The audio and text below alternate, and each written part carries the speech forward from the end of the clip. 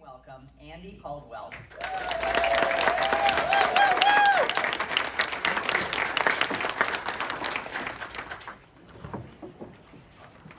Isn't it so nice to see people in person again? Yeah. Thank you for doing this. Well, I want to talk to you about something that is a little bit heady, not too much, but Andrew Breitbart was famous for saying that politics is downstream of culture, and that politics reflects culture. But he needed to go farther upstream. What determines culture that determines politics? Well, a simple way of saying that is worldview. What is your worldview? Because your worldview talks about how you view the world, but also what you value in this world. And what I want to say to you today is that what happened in these last couple of months is our worldview has become tilted. It's began to shift. And the way it's begun to shift has everything to do with worldview. So, for instance, nothing less than an organization as the Smithsonian issued a paper or a chart that talked about American society as being a function of white culture, whiteness, and white privilege and white power. And they did this to begin to separate the American body politic, the American people, into an us and them mentality and standoff. So listen to the following traits: self-reliance, the nuclear family, objective, rational, linear thinking, hard work as a key to success, respect for authority, planning for the future, delayed gratification, protecting property, action orientation, decision-making, politeness, and these are the last three: Western civilization, Christianity, and monotheism. Now, there's this thing called the Breathe Act. Have any of you heard of the Breathe Act? The Breathe Act will soon be introduced into Congress by the Squad. The Squad has endorsed the Breathe Act. The Breathe Act has been dubbed the Civil Rights Act of 2020. The Civil Rights Act of 2020 wants to get rid of ICE, the DEA, prisons, jails, detention centers. They want reparations for prisoners, including drug dealers and prostitutes. Reparations. They want to reconstruct American society.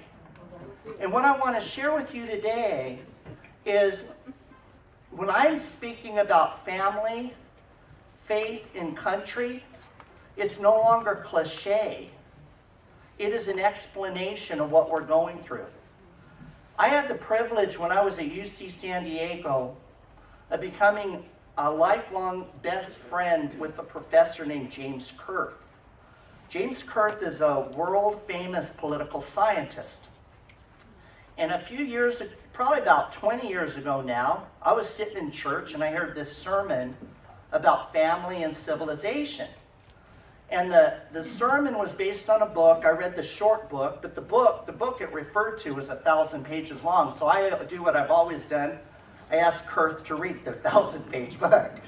Well, he edited it down to 200 and something pages. And this book is called Family and Civilization. And what it did, it was based on the work of a Harvard sociologist back in the 1930s.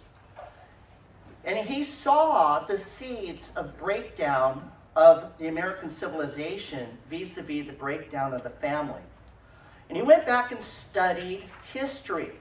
And folks, there have been empires. There was the Egyptian Empire, the Medo-Persian Empire, the Greek Empire, the Roman Empire, the British Empire. And Kurt subsequently this last year wrote a book about the American empire. Well, I'm here to tell you, empires come and go. Empires come and go. And what we are seeing right now could be nothing less than the end of the American empire. It's not happening right now in terms of its genesis. It's been happening since the 1960s. And I'm going to talk to you about family and civilization. There's three basic structures of family that have been known to mankind in the modern times of the last several thousand years. There is a tribal type family where literally there's a tribe. In Africa, the Middle East, or we can call them a clan in other parts of the world.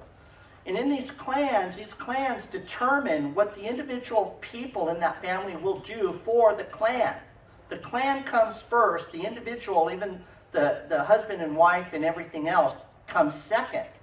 Well, historically, what Professor Carl Zimmerman showed through history is those civilizations never advance because the individual is never allowed to develop their skills, aptitudes, and capabilities to the fullest of their ability because everything's subordinated to the clan.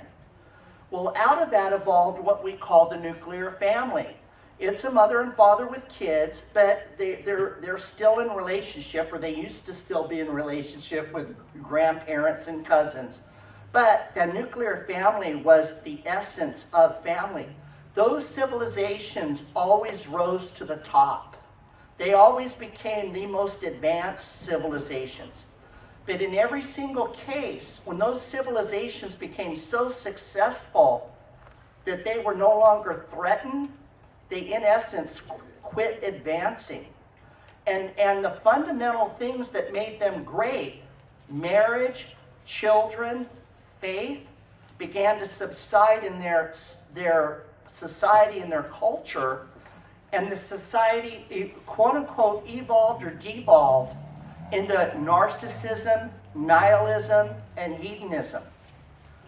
What we've been seeing in America in the last 20 years is not new. Our society's not evolving, it's been disintegrating. And Patrick Moynihan, back in the 1960s, wrote a paper because he observed the disintegration of the family unit in black communities in inner cities, simply by the number of children born out of wedlock. Well, you fast forward to that, there is utter chaos and societal disintegration in our inner cities. And out of that pops the Black Lives Matter movement.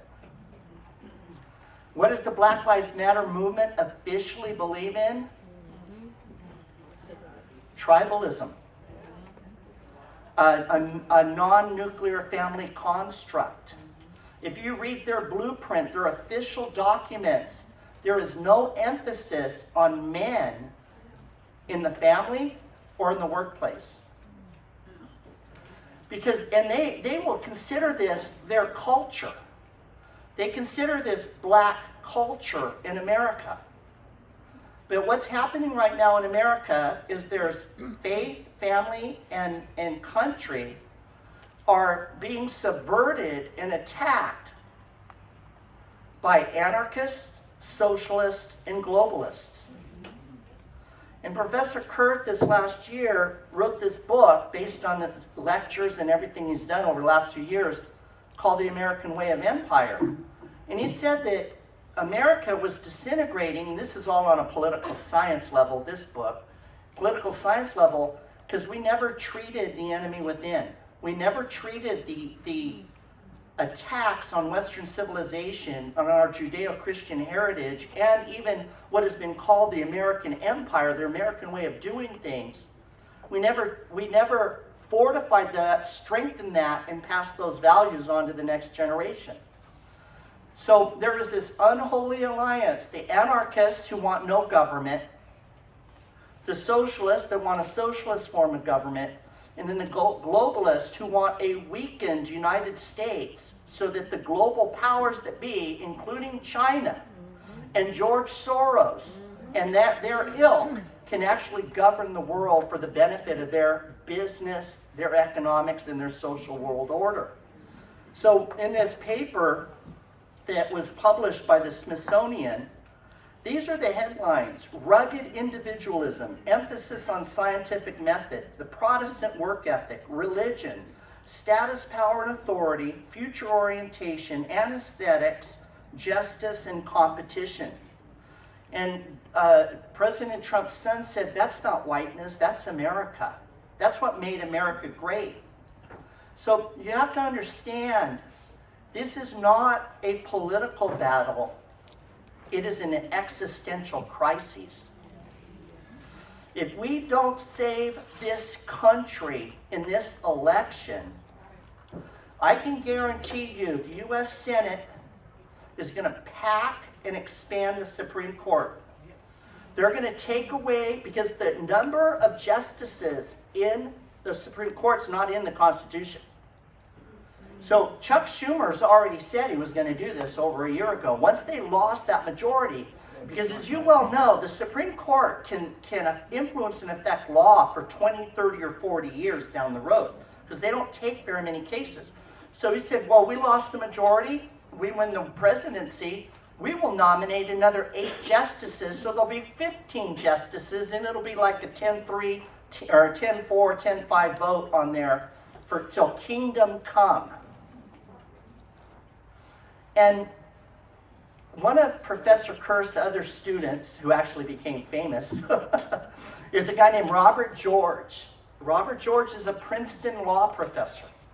He's considered one of the most outstanding conservative writers and thinkers in America. Well, I got this, I don't know, a couple of weeks ago. He wrote a piece called Solzhenitsyn's Prophecy. Solzhenitsyn was somebody that came out of Russia and the gulags. And anytime I've ever met somebody that came from an Iron Curtain country, I met a born-again American patriot.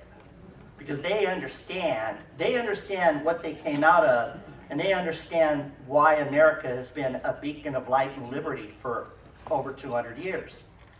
Well, Solzhenitsyn's prophecy came about when Robert George was at Harvard in the 70s. And Solzhenitsyn came to speak. And he said that America was in a state of decline because we'd become a nation of cowards. Yeah. And he said we were a nation of cowards because we would no longer stand up for that which made our country great. And he said, and this happens to every society that forgets God.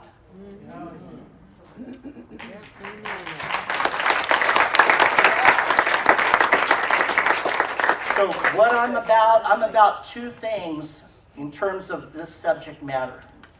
And I'm so glad you guys are first of all, and I don't blow smoke. You guys are the best Republican club in the whole region.